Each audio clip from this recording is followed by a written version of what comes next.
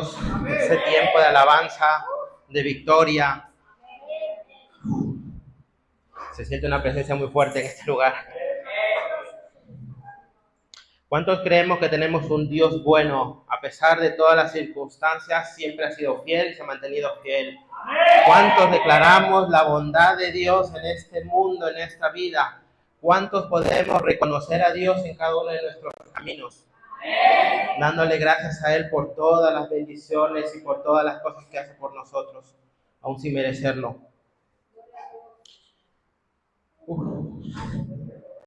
Está fuerte. Amén. Amén.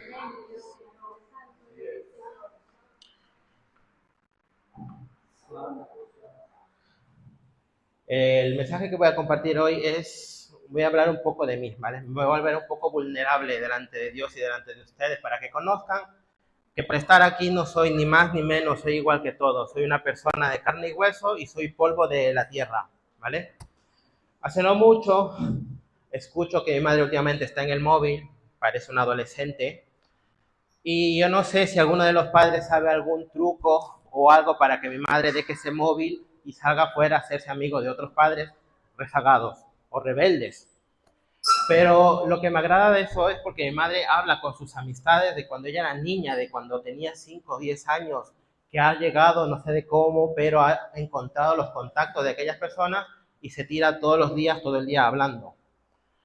Y recordando buenos momentos, recordando malos momentos, recordando la vida de uno, enterándose que uno ya ha muerto, otro que no ha muerto, otro que ha desaparecido, otro que ha vuelto, etcétera. Todo tipo de cosas, porque ha sido ya 60 años más o menos de todo aquello, cuando mi madre estudiaba, cuando mi madre era una niña.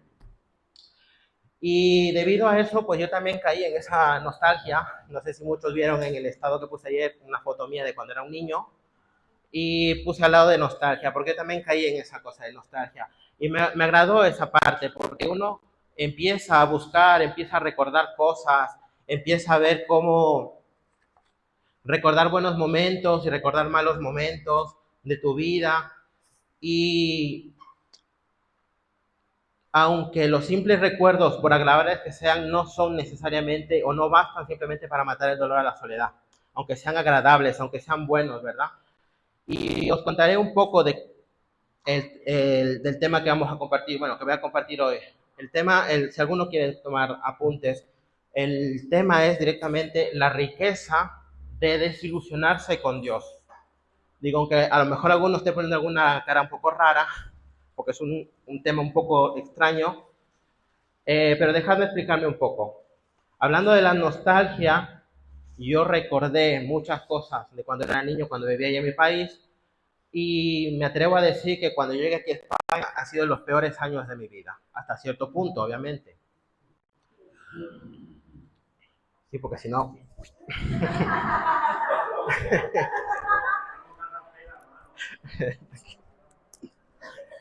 eh, no, yo lo comento porque lo he comentado algunas veces. Yo batallé muchas veces con el deseo de quitarme la vida.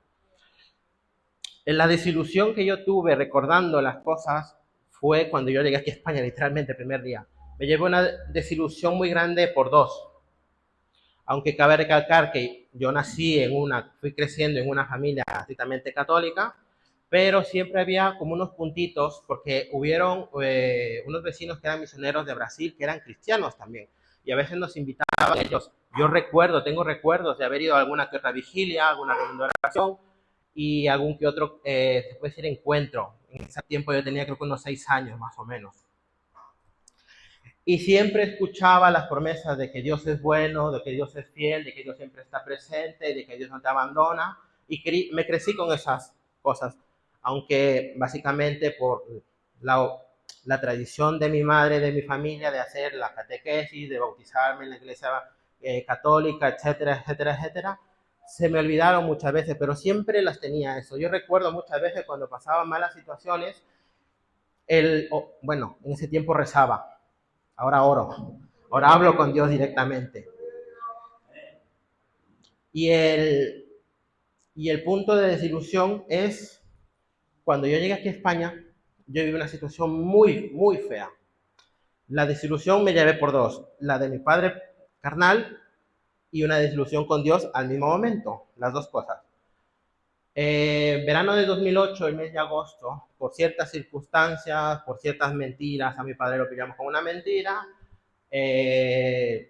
Para no alargar mucho la historia y no entrar en muchos detalles, mi padre nos encerró en una furgoneta en plena hora de calor, nos abandonó, nos dejó sin comida, sin agua. Y ahora imagínate esa escena. Mi madre llorando completamente destruida. No entendía lo que estaba pasando. Mi hermana completamente no sabía qué estaba pasando y era un llanto brutal. Y yo en la parte de atrás de aquella furgoneta, llorando en silencio. Y me acordé de esas promesas que decían que Dios era bueno, de que Dios siempre estaba, de que Dios protegía, de que Él siempre corría a socorrer a cada uno de ellos. Y recuerdo que esas noches nunca recibí ninguna respuesta. Pasó el tiempo y bueno, esa batalla con parte de mi padre a la final completamente perdidos, y de ahí lo que pasó. Empecé a desarrollar odio hacia mi padre, hacia mi madre, hacia mi hermana, hacia mis tíos, hacia mí mismo. No me podía ni ver yo al espejo. Pero ¿qué pasó con ese tiempo? Que también me olvidé de esas palabras en las que yo crecí y creí una vez, de que Dios era bueno. Estaba yo sintiendo el dolor más grande por el que el ser humano puede pasar, que es el dolor de sentirse completamente traicionado, que es como el dolor de un enamorado que se despierta de pronto y se da cuenta que todo ha terminado. ¿Alguien ha sentido ese dolor de sentirte traicionado por las personas que más amas en tu vida? Y mis preguntas, y crecí con esas cosas, ¿de dónde está Dios? ¿Por qué no viene? ¿Por qué esto? ¿Por qué me ha pasado esto? ¿Qué hice yo para merecer esto? Era lo que más decía mi madre igualmente. Y crecí, pues tuve mucho tiempo documentado y bueno, gracias a Dios ahora puedo trabajar, tengo documentación, etcétera, ¿no? Son una de las cosas grandes que hizo Dios conmigo. Pero siguiendo buscando la respuesta a las preguntas de por qué me ha pasado esto, por qué Dios permitió esto, por qué Dios permite estas cosas. ¿Qué hice yo para merecer esto? Porque uno se piensa de pronto que somos buenos, cuando en realidad la Biblia nos enseña que todos somos pecadores y estamos destituidos de la gloria de Dios.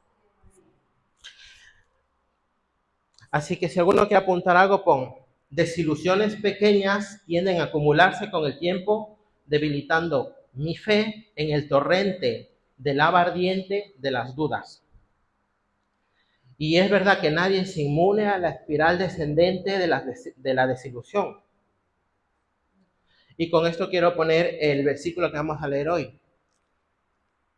Me he pasado un poco con la introducción, me he emocionado. Está en Juan 6:26. Es un versículo muy corto y me ayuda a explicarme esto, lo que voy a explicar.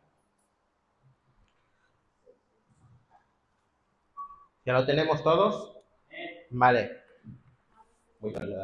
Dice, respondió Jesús y dijo: de cierto os digo que me buscáis, no porque habéis visto las señales, sino porque comisteis el pan y os saciasteis.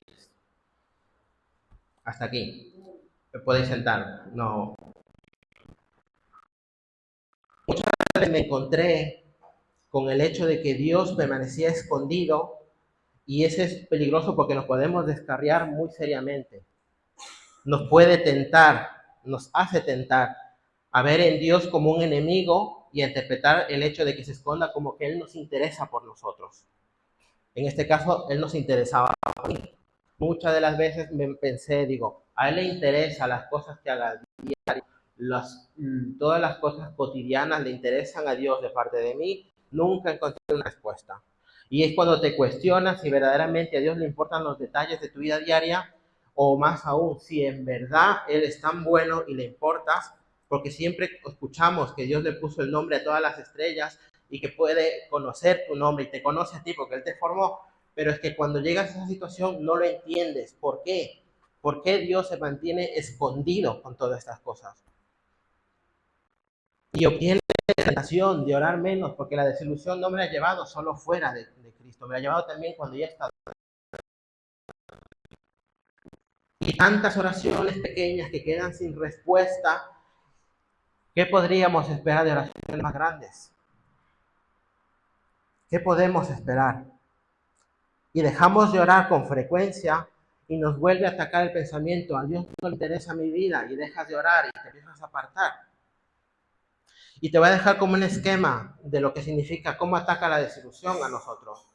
Primero viene la desilusión por una persona, por cualquier situación o incluso también por Dios.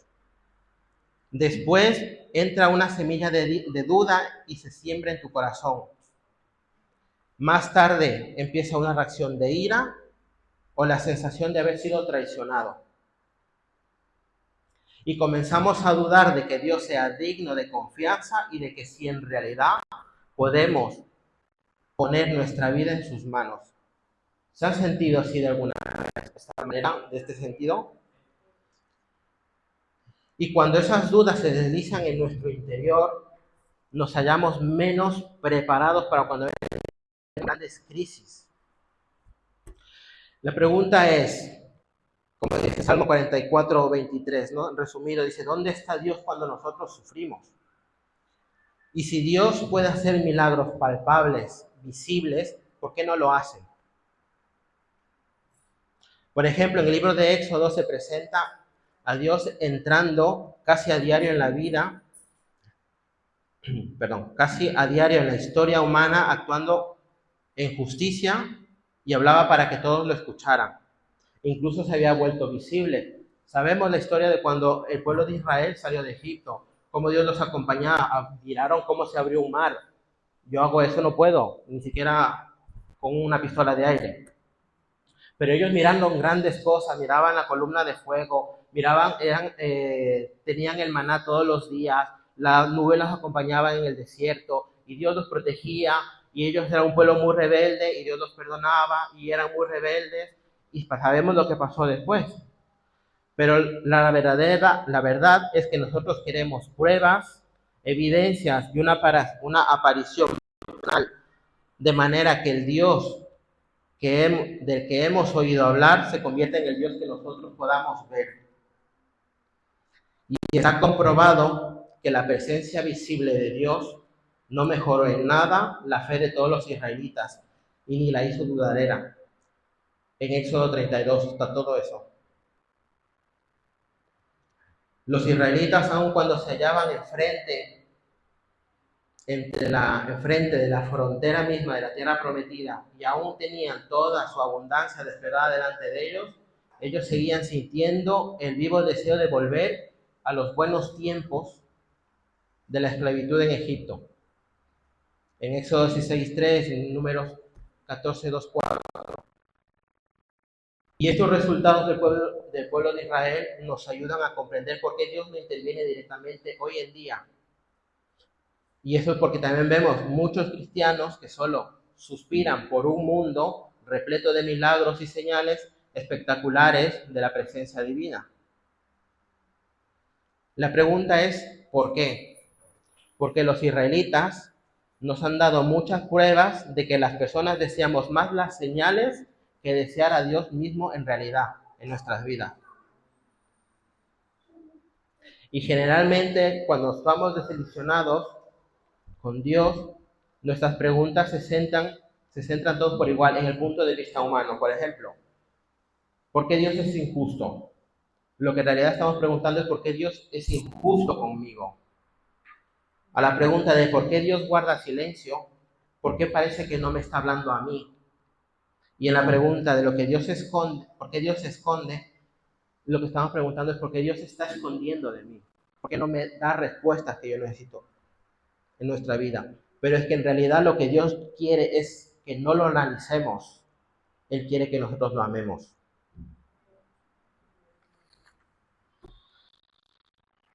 ¿Alguna vez te has preguntado cómo es Dios en realidad? Porque el mundo dice que es una entidad cósmica, hay algo, pero no sé qué hay, pero hay algo. O lo ven como un Dios autoritario, como un Dios traidor, incluso un Dios tirano. Pero si te dijera que en el corazón del universo hay una sonrisa, un toque de gozo que procede del momento mismo de la creación. Los padres, ¿Cuál fue el primer sentimiento, primera emoción que tuvieron cuando su hijo o hija recién nacida lo pudieron cargar en sus manos, y lo pudieron? ¿Cuál fue la primera emoción que sintieron? El gozo. Exacto, mucho gozo. Pues esa es la sensación que tuvo Dios cuando vio todo lo que ya había creado y lo declaró que era bueno. En el principio, en el mismo principio, no había ninguna desilusión, solo había en toda la creación. Ahora, y si Dios alguna vez le pareciera bien responder a algunas de las acciones, o si nos concediera todos nuestros deseos, como los genios de las lámparas, nosotros no trataríamos de complacer a Dios moviéndonos con simple gratitud. Es algo bastante interesante, suena bastante bien y sobre todo tendría lógica, o eso es lo que nosotros pensamos. Si Dios concede esto, si Dios me ayuda a conseguir dinero, yo lo serviría por agradecimiento. No sé si alguno ha hecho esa pregunta. Yo sí, por desgracia. O si Dios me ayudara a conseguir cierta cosa o ciertas cosas, yo lo agradecería y lo seguiría. Hemos dicho esas cosas muchas veces. Pero en este mundo solo existen dos tragedias. La primera es no conseguir todo lo que nosotros queremos, que ya sabes que nos arde, nos duele, a veces damos pataleos, parecemos niños. Y la otra es conseguir todo lo que nosotros queremos. ¿Por qué digo esto? ¿Cuántos conocen la historia de Salomón? Salomón fue un rey que obtuvo todo cuanto quiso sin privarse absolutamente de nada. En Primera de Reyes 3:15 él tuvo una oportunidad única. Dios le dijo, pide lo que quieras que yo te daré. Es una cosa que incluso cualquier niño se emocionaría. Incluso algún niño pediría algún superpoder. ¿A alguno le gustaría tener algún superpoder? Yo me gustaría comer sin poder engordar, ¿vale? Comer todo lo que quiera sin tener un cambio físico, pero es imposible. Sí, pero pide todo lo que quieras, yo te lo daré, le dijo. Pero Salomón, mientras se disfrutaba de las cosas buenas de este mundo, ¿qué pasó? Que poco a poco pensaba menos en aquel de quien lo había recibido todo. Poco a poco sabemos que se fue apartando de Dios, empezó a caer en idolatría, sabemos que tuvo 1000 mujeres, 1000 suegras, etcétera, ¿no? En Lamentaciones 4:10, en contexto. Después de la muerte de Salomón sabemos que hubo la división del reino, el reino del norte tuvo tantos reyes que casi todos literalmente fueron todos malos, y en el reino del sur hubieron reyes que fueron buenos y entró esa época oscura de Israel, que caían en idolatría. En Lamentaciones 4:10, un ejemplo así un poco brusco, que se narra donde las mujeres más apacibles de Jerusalén habían cocinado a sus hijos para comérselos. Ahora imagínate en esos tiempos oscuros, los profetas que vivieron, las cosas que ellos pudieron haber visto, las cosas que ellos sentían, ¿cómo es esto? Lo que se le recomía el corazón, esa tristeza, ¿no? Porque debido a la idolatría, Dios llegó a la conclusión de que el pueblo de Israel en realidad lo que no quería era escuchar su palabra. En Oseas 11:7 dice algo muy triste, si me lo puede buscar porque no me acuerdo las palabras en concreto. A ver si no me acuerdo mal. No, ¿quién lo busco yo?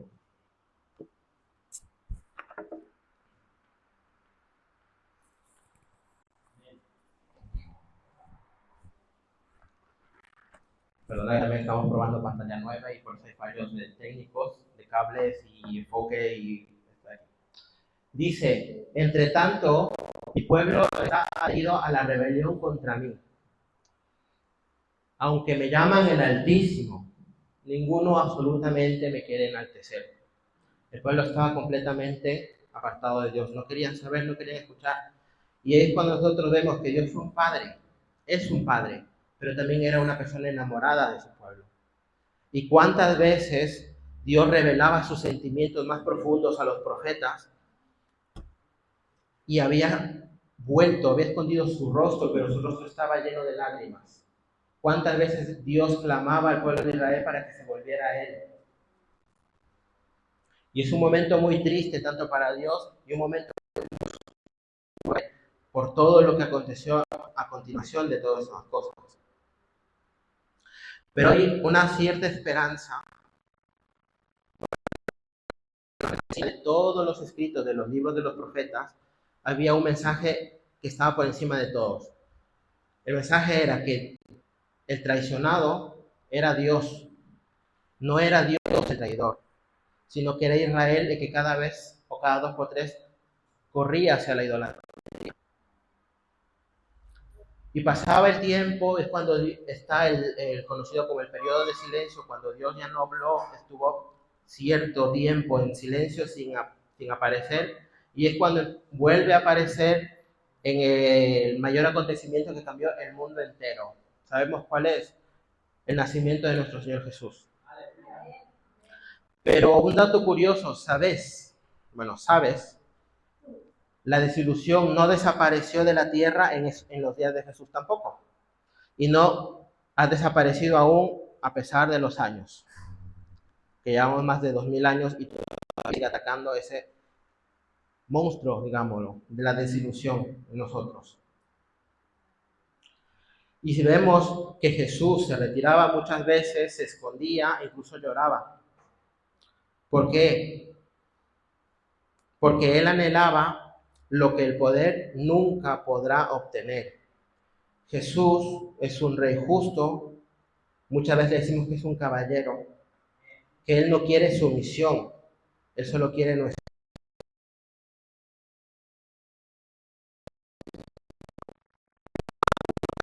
Vemos que Dios a través de la figura de Cristo se volvió cercano a nosotros, porque el Verbo se hizo carne y habitó con nosotros. Pero Jesús también conocía muy bien que los efectos superficiales que los milagros habían tenido en los días de Moisés y de los profetas, lo único que hacían era atraer a las multitudes, pero pocas veces habían provocado una fidelidad a largo plazo. Hemos visto muchas veces que Jesús sanaba ciegos, cojos y todo, y los fariseos mirando de primera fila lo que Jesús hacía, su corazón estaba endurecido completamente. Una pregunta. La semana pasada el hermano Eduardo compartió, ¿tienes el corazón endurecido? ¿Hay algo en tu corazón que está endurecido? Jesús traía un fuerte mensaje de obediencia y sacrificio. Jesús traía de feria para bobos, pero con la palabra, si está mal dicha, o buscadores de sensaciones. Justamente lo estamos mirando hoy en las iglesias de hoy en día, que cada vez parece un espectáculo. No estoy hablando de esta iglesia, estoy hablando de otras iglesias. Pero constantemente los relatos de la Biblia hacen ver que los milagros más dramáticos y espectaculares que sean, no son el mejor instrumento para producir una fe profunda. Ahora, ¿qué importancia tiene Jesús con respecto a nuestros sentimientos de desilusión? Una palabra, Getsemaní. Sabemos lo que pasó en Getsemaní, los momentos en los que Cristo pedía que se pasara esa copa, pero siempre decía que esa voluntad de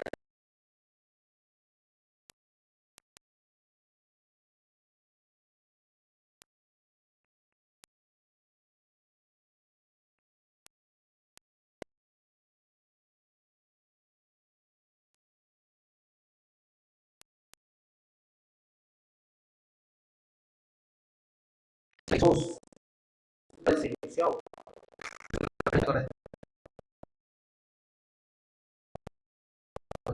Es algo que después de la muerte de Jesús, la Biblia nos enseña que también hay un espíritu al que nosotros muchas veces le mentimos, lo entristecemos y lo dejamos apagar.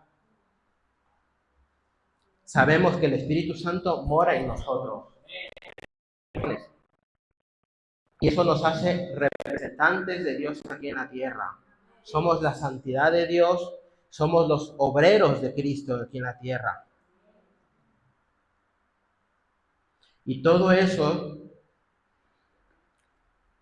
que todo lo que nos pasa a nosotros, también le pasa a Dios. Lo que sentimos, Dios lo entiende, lo sabe. Porque todo esto fue un plan de reconciliación tan grande que muchas veces no lo podemos imaginar, que es el amar a Dios y ser amados por Dios. Un ejemplo más de una persona bastante, se puede decir que era una de las mejores personas del Antiguo Testamento, que muchos lo conocen, que se llama Job. Que las cosas peores le sucedan a las mejores personas. Job no hizo nada malo. Yo me leí el libro de Job, pero sinceramente muchas cosas no entendí. Me tendré que leer otra versión para volver a entenderlo, pero es que lo principal, mira qué curioso si me lo entendí. Job era considerado por Dios un hombre perfecto, recto, temeroso de Dios y apartado del mal. Pero cuando leemos el libro de Job, entendemos que la idea central del libro de Job no es el sufrimiento, de dónde está Dios cuando nosotros sufrimos, sino que en realidad el verdadero tema principal es la fe. ¿Dónde está Job cuando sufre? ¿Dónde estamos nosotros cuando estamos sufriendo? ¿Es Dios injusto? No. En nuestro interior existe una especie de juicio instintivo, tomándonos la libertad de poner en tela de juicio, la sabiduría de Dios, y muchas veces perdemos la paciencia en su modo de actuar, según el cual la vida debería ser más justa y de alguna manera Dios debería estar haciendo mejor su trabajo de gobernar este mundo. Pero Dios es justo. El dolor de Job en su interior significa que estaba gestándose una gran crisis de fe. Pero, ¿por qué estoy hablando tanta desilusión? A la final estarán pensando que les voy a dar una respuesta. Bueno, en realidad no hay una respuesta concreta de cómo solucionar la desilusión, porque la solución la vamos a tener toda la vida. Y me estarás preguntando, ¿de por qué me sueltas todo el discurso de la desilusión? Pues porque hay una riqueza. Si os habéis olvidado, hay una riqueza. El Espíritu Santo no va a quitarnos toda la desilusión con Dios. Pero lo que sí hace el Espíritu Santo es recordarnos que estas desilusiones son temporales, que son el preludio de una vida eterna con Dios, quien se estimó necesario restaurar el nexo espiritual antes de crear nuevos cielos y una nueva tierra. No confundamos a Dios con la vida. ¿Qué quiero decir con esto? La existencia de Dios y su amor por mí, por ti, por todos nosotros, no dependen de nuestra buena salud, no dependen de nuestras buenas obras, no dependen de nuestro buen comportamiento. Tenemos que aprender a ver la realidad espiritual por encima de la realidad física de este mundo. Tenemos la tendencia a pensar que la vida debería ser justa, puesto que Dios es justo. Pero si desarrollamos una relación con Dios ajena a las circunstancias de nuestra vida, podremos mantenernos firmes cuando todo se derrumba. Así podremos aprender a confiar en Dios a pesar de todas las injusticias de la vida. La pregunta de antes, que respondería al final, ¿de qué nos sirve saber que Jesús también sintió desilusión? Os propongo un reto o tarea para la semana, ¿vale? Cuando vuelvas a casa, vuélvete a leer toda la vida de Jesús. ¿Acaso la vida fue justa con él? La cruz, no la hermana cruz, sino la cruz del Calvario, demolió para siempre la suposición básica de que la vida es justa. ¿Por qué? Porque Dios no respondió a la pregunta sobre la injusticia con palabras. Él nos visitó, se encarnó. Y Jesús nos ofrece una prueba de carne y hueso acerca de cómo se siente Dios con respecto a la injusticia, porque Él tomó sobre sí la sustancia de la que está hecha la vida, la realidad física en su manifestación más injusta.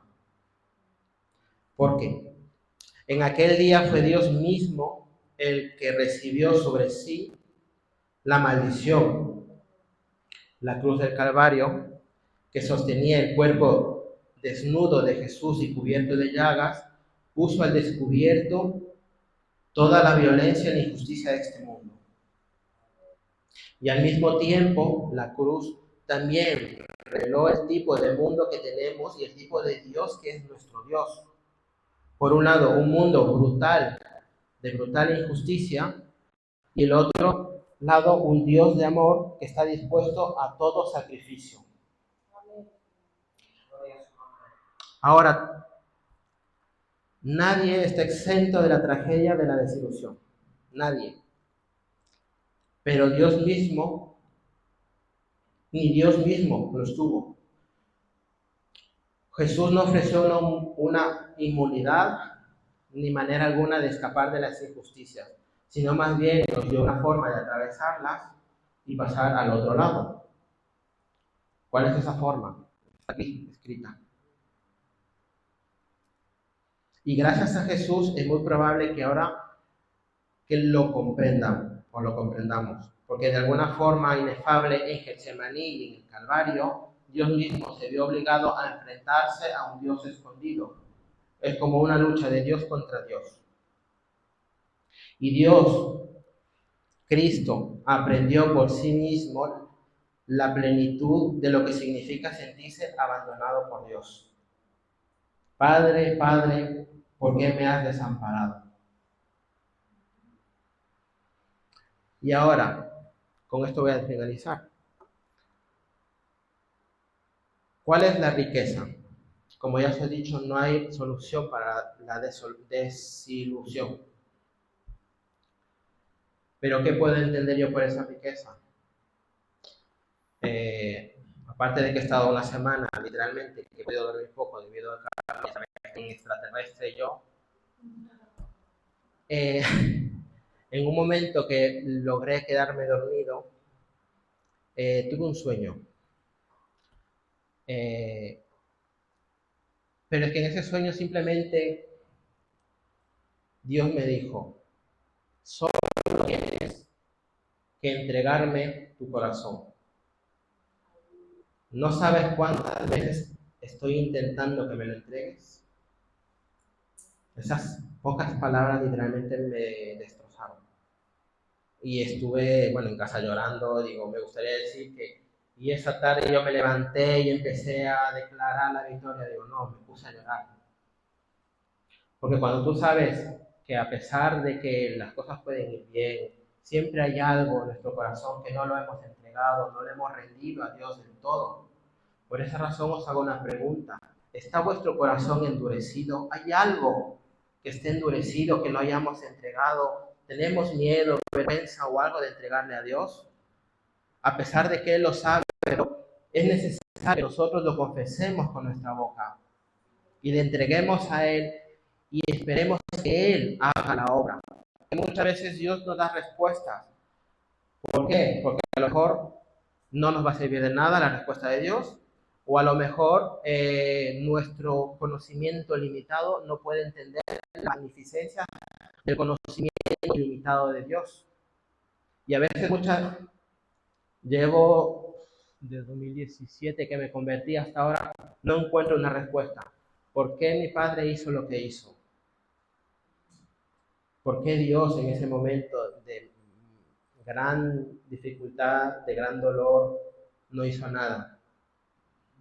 Son preguntas y espero el día en el que estemos delante de Él poder hacer preguntas que no entendemos con nuestra inteligencia limitada o nuestro conocimiento limitado y Él nos lo pueda explicar y en ese momento es cuando podremos ver lo que Dios hizo, porque incluso a veces nos habrá estado salvando de cosas peores de las que ya.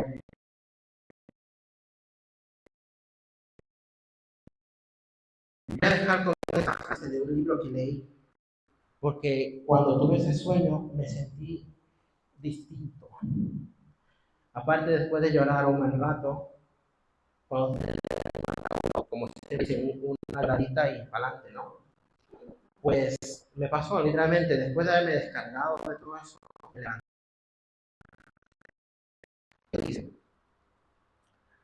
Hay alguien aquí, me di cuenta, alguien que observa la vida mientras ésta se está desarrollando en el planeta. Aún más, hay alguien aquí que me ama. Fue una asombrosa y tenaz esperanza, una sensación tan nueva y sobrecogedora que me pareció totalmente justificado arriesgar mi vida y entregar mi vida por ella. Da igual las veces que nos desilusionemos, da igual las personas que nos desilusionen. La Biblia, los profetas, los apóstoles escribieron el mensaje de Cristo que está aquí en esta tierra. Y esto, si lo leemos, lo escudriñamos, nos alimentamos todos los días, cuando vengan desilusiones, cuando vengan crisis difíciles, solo con esto vamos a poder enfrentarlas y vamos a poder mantenernos firmes, vamos a poder mantener de pie, porque toda la Biblia se traduce en este versículo que tenemos aquí, puestos los ojos en Cristo. No necesitamos más, solo necesitamos poner nuestra vida en Cristo, nuestros ojos en Cristo, confiar y entregarle nuestra vida y Él hará lo que tenga que hacer con nosotros, el tiempo que tenga que hacer con nosotros y a donde Él nos tenga que llevar. Amén. En este momento vamos a ponernos de pie todos.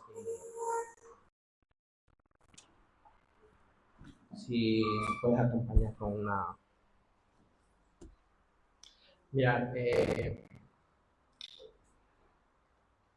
cuando Dios habla de entregar las cosas en el corazón, no lo dice por nada. Muchas veces, como lo dijo una vez, todo puede ir bien, no hay problemas, hay mucha tranquilidad, a lo mejor, pero siempre hay algo en nuestro corazón que tendremos que rendirle a Dios. Algo. Malos pensamientos, malos deseos, maldiciones, prácticas de cualquier cosa que van en contra de la palabra. Y estos momentos es cuando tenemos que ser sinceros con Dios y con nosotros mismos. Todos tenemos algún área que entregarle a Dios. Y estos últimos días de cuando Eduardo compartió de la dureza del corazón y de proteger el corazón, yo lo entendí. Yo sé que tengo muchos errores, yo sé que tengo muchos pensamientos. Debido al calor, me ha con una facilidad. Sabéis el problema que para mí es el calor. Y esas pequeños puntitos de mi corazón me cuesta rendirlos. Una de las cosas que a mí me costó mucho y a veces me cuesta es a ver a Dios como un padre. Básicamente porque yo me he criado sin padre.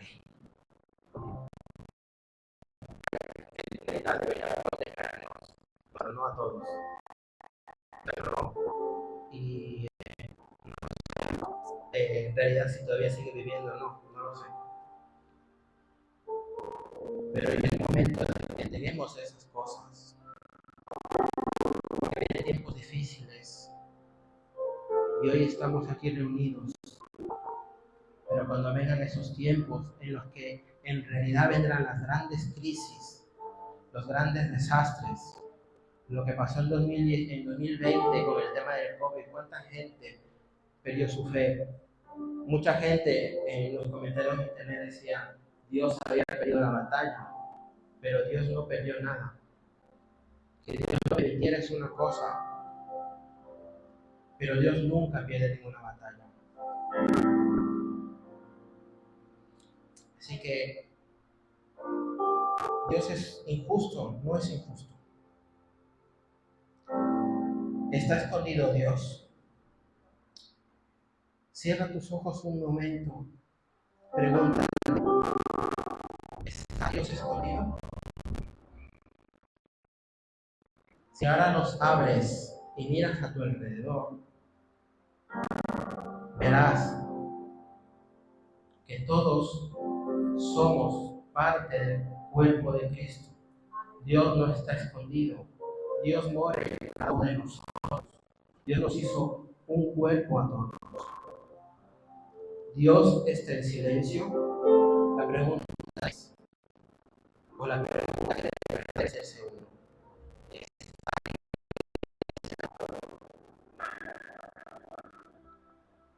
¿está la iglesia callada?